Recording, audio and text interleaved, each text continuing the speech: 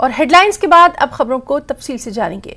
Police post पलहालन को विश्वसनीय सूत्र के माध्यम से पता चला कि बाहरी लोगों को धमकी जारी की गई है और पहलगाम में शराब की दुकान खोलने के सरकार के फैसले की निंदा की गई है। इस मामले में एक तथाकथित आतंकवादी समूह लोन वॉल्फ वॉरियर ने यह हरकत की है। कानून की संबंधित धाराओं के तहत पीएस पट्टन में मामला दर्ज कर लिया गया है। जांच शुरू कर दी गई है। इस पर कार्रवाई करते हुए पलहालन की पुलिस को सड़क किनारे पोस्टर चिपका हुआ मिला। जांच के दौरान कई संदिग्धों को राउंड अप किया गया। एसडीपीओ पट्टन की देखरेख में एसएचओ पीएस पट्टन और डीओ पलहालन के नेतृत्व में जांच दल ने संदिग्ध अल्ताफ अहमद राथर पुत्र मोहम्मद राथर निवासी तांत्रेपुरा पलहालन पर कार्रवाई की।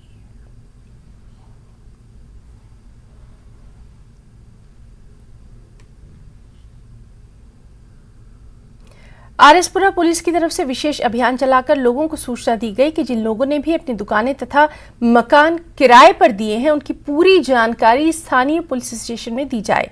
थाना प्रभारी आरएसपुरा पवन डोगरा की अध्यक्षता में चलाए गए इस विशेष अभियान के दौरान लाउड स्पीकर लगाकर दुकानदारों तथा आम लोगों को इस बारे में सूचित किया गया। कहा गया कि अगर आने वाले 3-4 दिनों के अंदर लोगों ने इस प्रक्रिया को पूरा नहीं किया तो उनके खिलाफ धारा 188 के तहत कानूनी कार्रवाई की जाएगी। बताते चले कि जिलाधीश जम्मू की तरफ से दिवस 1 जारी कर जिले के लोगों को खास निर्देश जारी किए गए थे कि जिन लोगों ने भी अपनी दुकानें तथा घर किराए पर दिए हैं उनकी पूरी जानकारी स्थानीय पुलिस स्टेशन को दी जाए।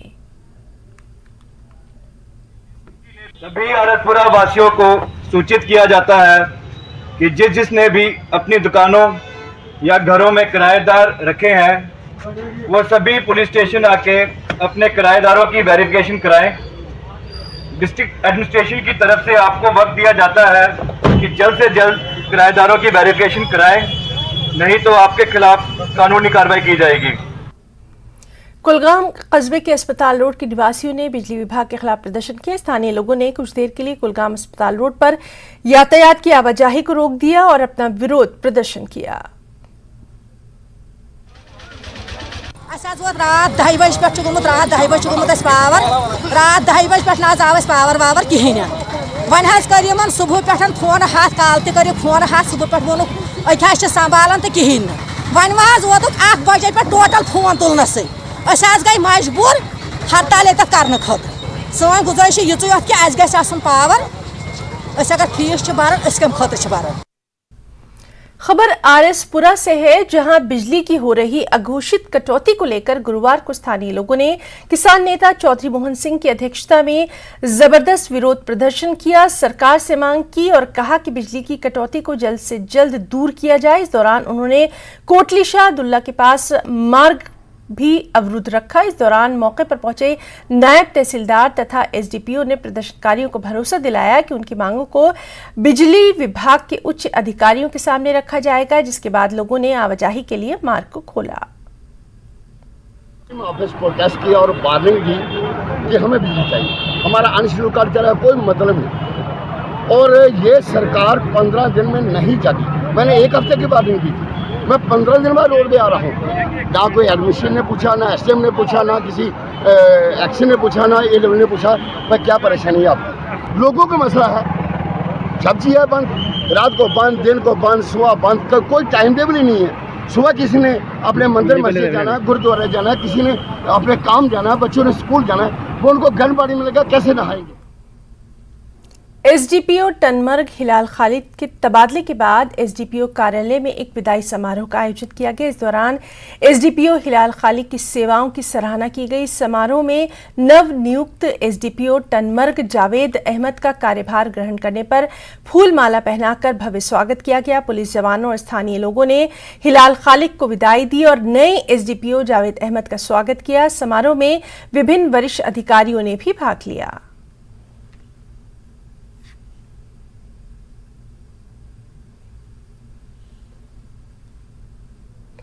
पुंछ जिले की मंडी तहसील के दुर्गम इलाकों में 2 दिन से लगातार हो रही बर्फबारी से लोगों की काफी दिक्कतें बढ़ गई हैं। बर्फबारी से तापमान में गिरावट आ गई है, बिजली पानी और राशन की भी किल्लत है। गली मैदान ओड़ीपुरा की ओर जाने वाला रास्ता बंद होने की वजह से लोगों को पैदल ही अपना सफर करना पड़ रहा है। लोगों ने प्रशासन से इस ओर ध्यान देने की अपील की है।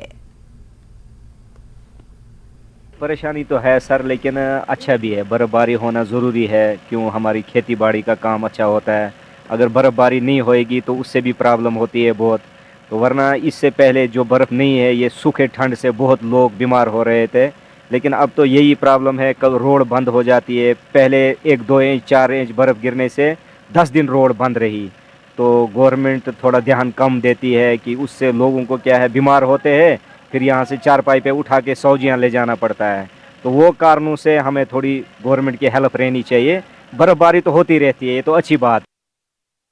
जिला प्रशासन ने डोडा में सड़क से बर्फ हटाने का काम शुरू कर दिया है। मैकेनिकल इंजीनियरिंग विभाग की मशीनरी ने आज भरतगांव में सड़क से बर्फ हटाने का काम शुरू किया और लोगों ने जिला प्रशासन को इसके लिए धन्यवाद भी दिया। लोगों ने कहा कि सड़क पर बर्फबारी की वजह से काफी दिक्कतों का सामना करना पड़ रहा है। खासकर पहाड़ी इलाकों में रहने वाले लोगों को इसकी वजह से काफी परेशानियों का सामना है।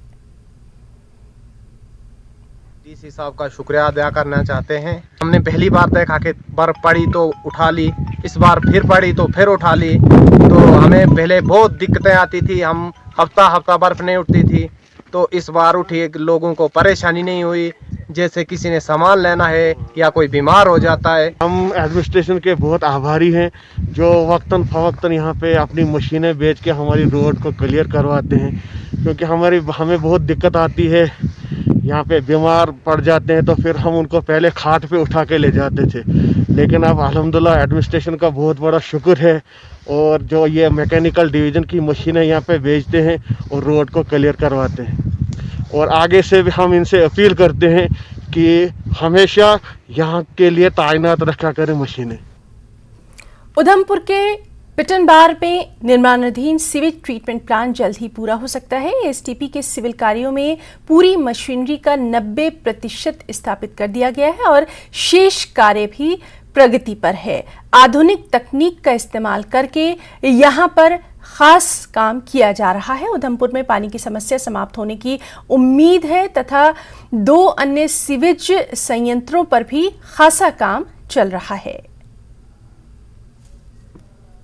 जो प्रोजेक्ट है नमामि गंगे के तहत शुरू हुआ था, जो हमारे डॉक्टर साहब हैं पीएमओ ऑफिस में, उनका एक सपना था कि जो हमारी देविका है यहाँ पे उसको सफाई करने का, तो उसी के तहत ये आया है। इसके अंडर 3 कंपोनेंट्स आते हैं हमारे, 8.0 mld का, 1.6 mld का, 4.0 mld का। तो अभी हम खड़े हैं 1.6 mld पे। तो इसका जो काम है वो 95% जो है वो कंप्लीट हो चुका है और 5% फिनिशिंग वर्क अभी बचा हुआ है। तो बात है कि जो इसका बेनिफिट है, जैसे कि लोग घर पे पहले सेप्टिक टैंक बनाते थे, तो उसका जो आउटलेट था वो सीधा नालियों में जाता था, उसके पानी की कोई रीयूज़ नहीं था। तो अब क्या करेंगे, जो भी है आउटलेट है उसी को कनेक्ट करके हम सारा जो है पानी यहाँ पे लाएंगे। इसको क्लोरिनेशन करके जो साफ़ पानी है वो हाउस होल्ड के काम के लिए यूज़ होता है, जैसे कि कल्टीवेशन, हार्वेस्टिंग, बर्तन धोने के यूटेंसिल्स वॉशिंग के लिए वो हम यूज़ कर सकते हैं। ये जब भी कोई प्रोजेक्ट आता है तो सबसे पहले तो जो लोकल्स हैं उनको बेनिफिट होता है। जैसे कि मैं यहाँ का लोकल हूँ, मैंने इंजीनियरिंग की हुई है, तो मुझे भी इसमें काम करने का मौका मिला और बाकी भी जो लेबर तबके के लोग होते हैं उनको भी काफ़ी बेनिफिशियल होता है ये। तो ऐसे प्रोजेक्ट आते रहें और यहाँ का जो अनएम्प्लॉयमेंट यूथ है उसको एम्प्लॉयमेंट मिलता है। बडगाम के दूरदराज के इलाके बनवार में जल निकासी न होने से सड़क की हालत काफी खराब हो गई है। लोगों के मुताबिक जब उनके घरों में पानी निकलता है तो वो सड़क पर जमा हो जाता है, जिससे उन्हें परेशानी रहती है। उन्होंने प्रशासन से इस ओर ध्यान देने की अपील की। जब हमारे सहयोगी आबिद हुसैन ने इस मामले को पीएमजीएसवाई के कार्यकारी अभियंता नासिर अमीन के संज्ञान में लाया तो उन्होंने फोन पर यह सूचित किया कि वो इस मामले को देखेंगे और लोगों की समस्या का समाधान बहुत जल्द कर लिया जाएगा। मसला यही है ड्रेन का, खासकर हमें यहाँ ड्रेन जल्दी जानी चाहिए कि हमारा ये रोड भी बचेगा, अच्छा हो जाएगा। यहाँ से पानी आता है, बाथरूम का पानी आता है, वो यहाँ इसमें चले जाता है। प्रॉब्लम यही होती है, रोड जम जाता है पूरा। हमारी यही गुजारिश है टीसी बडगाम से और पीएमजीएसवाई वालों से, हमारी ये ड्रेनेज चाहिए। क्यों घरों से पानी निकलता है वो रोड में आता है जनाब, इसमें पूरा कोहरा जम जाता है, फिर बहुत मुश्किलात होती है। बच्चों को भी चलने के, गाड़ियों को भी और बूढ़ों को भी इधर चलने की बहुत प्रॉब्लम होती है। बहुत बार गए इनके पास, पीएमजे वालों के पास, लेकिन उन्होंने कुछ भी नहीं किया इसका, रोड का और ना ड्रेन का किया, ना किसी चीज़ का किया। ज़मीन काट के रख दी तो ऐसे ही रख दी, पानी आता है घरों में से, वो रोड पे आ जाता है।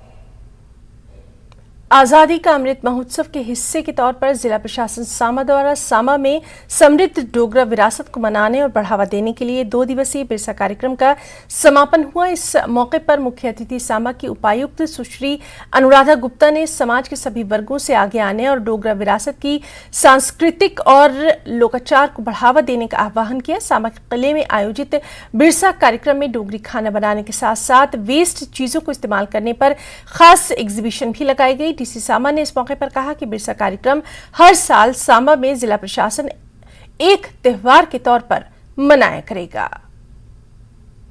जो है नई जनरेशन को दे सकते हैं, वो अभी यहाँ कंक्लूड हुआ है। उसके अलावा डोगरा एथनिक क्यूजीन जो था उसकी भी कंटेस्ट थी और उसमें भी हमने कुछ ऐसी चीज़ें रखी थी जो लेसर नोन हैं लोगों को, जैसे चरोलियाँ नहीं पता है क्या होता है, तो हमने ख़ास तौर पर चरोलियाँ की बात की थी और हमने बबरू और क्यूर, ये 3 आइटम्स का हमने कंटेस्ट रखा था। उसके अलावा वेस्ट इनटू आर्ट, मतलब जो हमारी चीज़ें जो बेकार पड़ी रहती हैं और बेकार होके वो सड़कों पे और नालियों में ख़त्म हो जाती हैं और ब्लॉक करती हैं नालियों को, तो एक स्वच्छता के साथ भी इसको जोड़ते हुए, ट्रेडिशन को जोड़ते हुए, क्योंकि पुरानी हमारी जो एज ओल्ड परंपरा अगर हम देखें तो किसी चीज़ को हम लोग इंडियंस फेंकते नहीं थे, हम रिसाइकिल करने का हमारा पुराना ट्रेडिशन है, तो इसलिए इसको हेरिटेज के साथ जोड़ के वो भी हमने एक कंटेस्ट यहाँ पे करवाई है। तो इस तरह से एक मीनिंगफुल तरीके से हमने कल्चर के साथ इसको जोड़ा है। खबरों में रुकना चाहेंगे एक छोटे से ब्रेक के लिए।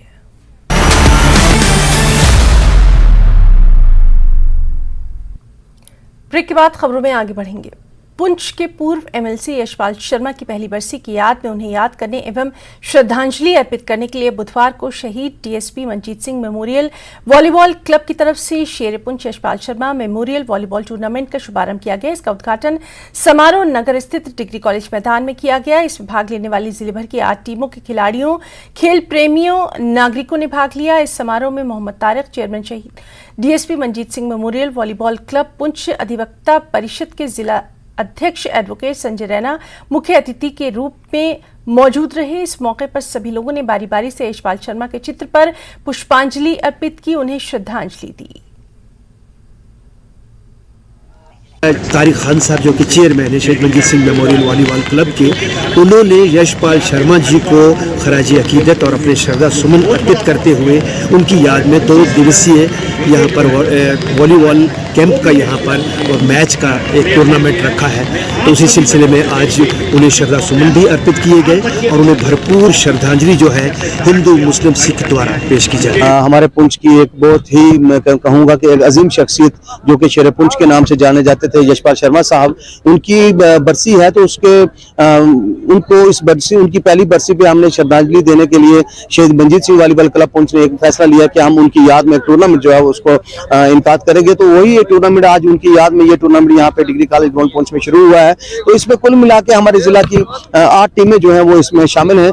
तो बेसिकली हमारे इस टूर्नामेंट का मकसद एक तो ये है कि हमें उस शख्सियत को कि जिसने पुंछ को बनाने और संवारने में एक बहुत अहम रोल अदा किया है उसको याद किया जाए। हालिया बर्फबारी के बाद दावर कंजलबंद सड़क ट्रैफिक के लिए बंद कर दी गई है। ताहम हुकाम के मुताबिक मौसम में बेहतरी आने के साथ ही सड़क को खोलने का काम शुरू कर दिया जाएगा। हुकाम के मुताबिक भारी बर्फबारी के चलते उनकी मशीनरी बंद पड़ी है। बर्फबारी रुकते ही दावर कंजलबंद सड़क को खोलने का काम शुरू कर दिया जाएगा। यहाँ ये बात भी काबिल जिक्र है कि हालिया 2 दिनों में गुरेज में 1.5 फुट से ज्यादा ताज़ा बर्फ रिकॉर्ड की गई। मौसम में सुधार आएगा तो हम इंशाल्लाह कोशिश करेंगे दावर टू कंजलबंद रोड ओपन करने के लिए। तो बदकिस्मती से जो बर्फ़बारी हो रही है इसकी वजह से हम अपनी मशीनरी जो है वो स्टार्ट नहीं कर सकते। नो मूवमेंट की वजह से हम मशीन को आगे पीछे नहीं कर सकते। इंशाल्लाह जो ही मौसम में सुधार आएगा तो इंशाल्लाह हम कोशिश करेंगे, अगर मौसम ज़्यादा टाइम तक साफ रहेगा तो इंशाल्लाह हम दावर टू बांडीपुरा रोड जो है वो भी इंशाल्लाह ओपन करने की कोशिश करेंगे। तो जो BRO है हमारा वो बहुत मेहनत से काम करता है। तो इंशाल्लाह जो ही मौसम में सुधार आए तो हम जो भी अंदरूनी ये सड़कें हैं इंशाल्लाह इस पे हम जल्द से जल्द बर्फ हटाने का काम स्टार्ट करें। जम्मू कश्मीर के किश्तवाड़ जिले के मड़वा में लोगों ने शांतिपूर्ण तरीके से विरोध किया। उनका कहना था कि पुराने पुल से अपने गांव तक सड़क न होने की वजह से अभी भी लोगों को काफ़ी दिक्कतों का सामना है। उनका कहना था कि PMGSY विभाग ने सड़क के अलाइनमेंट में बदलाव किया क्योंकि पुराने पुल से नवापची युर्डू गांव तक सड़क तैयार थी, लेकिन कुछ गांव की अनदेखी कर दी गई। लोगों ने DC किश्तवाड़ एवं LG एडमिनिस्ट्रेशन से पुराने पुल से आपन गांव तक सड़क उपलब्ध कराने की गुहार लगाई है। क्षेत्र में कई गांव सड़क संपर्क से अभी भी वंचित हैं। रोड़ा हार जाए योर फिर सन आओ योर दुनिया लीडर मगर पुरसान कोर न कहें अर्ज कर यह चीज कि अस गोस रोड योर दिन अगर बेमार ये गवा रवत रात 4 पाई पे वातान नफर स्टोर मन खान खचरन पे तथ योर यीन मुश्किल अगर वनकन शीन पे शीनस मज अम मौका रुकि कि सोन मांग पूर ग आपन के लिए हमें रोड चाहिए। आज ये थोड़ा सा छोटा सा प्रोटेस्ट हमने इस इलाके में किया, लेकिन आने वाले दिनों में हम एक जोरदार प्रोटेस्ट हेडक्वार्टर नपची और युर्दू में करेंगे, क्योंकि रोड ही वाहिद कनेक्टिविटी है जिससे लोगों को रोजगार मिलता है। जब सड़क आती है तरक्की होता है, जब रोड ही नहीं है तरक्की कैसे हो सकती है। बहुत ही दुश्वार हालात है, बहुत ही मुश्किलात है। इसलिए DC साहब नए आए हैं, एनर्जेटिक हैं, बहुत ही पावरफुल हैं और हमें उन पे पूरा भरोसा है। ये बात उन तक जब हमारी पहुंचेगी वो इस पे गौर करेंगे और हमारे इस मामले को फौरी। एक और बेहद अहम खबर, केंद्रीय गृह मंत्री अमित शाह शुक्रवार को राजौरी जिले के डांगरी गांव का दौरा करेंगे। गृह मंत्री उस स्थान का दौरा करेंगे जहां आतंकी हमला हुआ था और घटनाओं में मारे गए नागरिकों के परिवार के सदस्यों से भी खास मुलाकात करेंगे। न्यूज़ 18 की टीम ने डांगरी इलाके का दौरा किया और पीड़ित परिवारों से मुलाकात की। 1 जनवरी को जब पूरा मुल्क या पूरी दुनिया हम कह सकते हैं कि नए साल की खुशियां मना रहा था, हर जगह पे लोग खुशियों से झूम रहे थे क्योंकि नया साल 2023 आ गया था। लेकिन उसी बीच इस डांगरी इलाके में जहाँ पे मैं हूँ इस टाइम, राजौरी का जो डांगरी गांव है, यहाँ शाम को पटाखों की आवाज़ सुनाई दी। लोगों को लगा कि पटाखे हैं, लेकिन वो गोलियां चल रही थी और इस गोली की आंधी में, गोलियों की इस बौछार में और फिर जो IED ब्लास्ट हुआ, 7 मासूम जाने चली गई। आप देख सकते हैं हम इसी डांगरी इलाके में आज आए हैं क्योंकि कल अमित शाह यहाँ पे आ रहे हैं, जो गृह मंत्री हैं वो यहाँ पे आए हैं। तो उससे पहले हम यहाँ पे पहुँचे हैं इस डांगरी इलाके में, उस घर में जिस घर ने 4 मासूम जाने खोई हैं। लेकिन फिर भी क्योंकि कल होम मिनिस्टर अमित शाह खुद आ रहे हैं इनसे मिलने के लिए, तो इनसे ही हम जानेंगे कि क्या इनके मन में है, क्या अब ये क्योंकि जो 2 आतंकवादी जिन्होंने ये नरसंहार किया था वो अभी भी फरार है। तो हम इनसे जानेंगे। पहले सुशील से बात करेंगे। सुशील, हमने पहले भी आपसे बात की, अब दोबारा हम आपसे बात कर रहे हैं। गृह मंत्री इस बीच में अब कल आ रहे हैं, क्या चाहते हो आप गृह मंत्री से, क्या चाहते हो? हमें सबसे पहले तो जो है कि जो अभी तक जो हमारे घर में इतना बड़ा हादसा हुआ है, हमारे जो है 4 बच्चों की डेथ हुई है, अभी तक उन जो जिन्होंने यहाँ अंधाधुंध गोलियां बरसाई, IED ब्लास्ट किया, अभी तक उनका कोई पता नहीं चला। हमें सबसे पहले NI की टीम जो हमारे जो इस इन्वेस्टिगेशन के लिए पहले हमारे को सबसे पहले वो टीम चाहिए। उसके बाद हमारे को परमानेंट चौकी चाहिए, क्योंकि आने वाले दौर पे हमारे जो बच्चे, जो बाकी बची हुई फैमिली है वो सेफ नहीं है। हमारे को जो है परमानेंट जो है चौकी दी जाए यहाँ पे, ताकि जो है आने वाला जो हादसा वो हमारे पे जो अभी बीती है हमारे पे वो ना बीत पाए जी। यहाँ पे क्योंकि आपने जब हमने आपसे पहले बात की थी तो आपने ये कहा था कि हथियारों को, जो हथियार हैं वो दिए जाने चाहिए अब बाकी लोगों को भी, तो उसमें सिमत में आप कुछ बात करेंगे? हाँ, हथियार तो वो तो हथियार तो देने चाहिए हमारे को, जो क्या, क्योंकि अगर उस टाइम अगर हमारे घर में हथियार होते तो शायद इतना बड़ा हादसा जो हुआ है वो नहीं होता। हम भी कुछ ना कुछ आगे से जो उनको कोई जवाब देते आगे से कोई, तो इतना बड़ा जो हादसा था वो नहीं होता हमारे साथ। इन दिनों में एडमिनिस्ट्रेशन आपके पास है, आपको फाइनेंशियल एड भी मिला है, क्या आप थोड़ा बहुत, हम समझ सकते हैं दुख इतना बड़ा है कि इसे पैसे से तोला नहीं जा सकता, लेकिन जो एडमिनिस्ट्रेशन ने कोशिश की है आपको आपकी सांत्वना देने की या आपके दुख को बांटने की, क्या आप उसे थोड़ा मुतमईन? जो हमारे बच्चे चले गए हैं, क्या हमारा जो उन्होंने जो हमारे को पैसा दिया, क्या अब उन पैसों से हम अपने बच्चे खरीद सकते हैं? बच्चे खरीद सकते हैं हम? हमारे घर में 4 मोते हैं, क्या हम अपने बच्चों को उन पैसों से खरीद सकते हैं?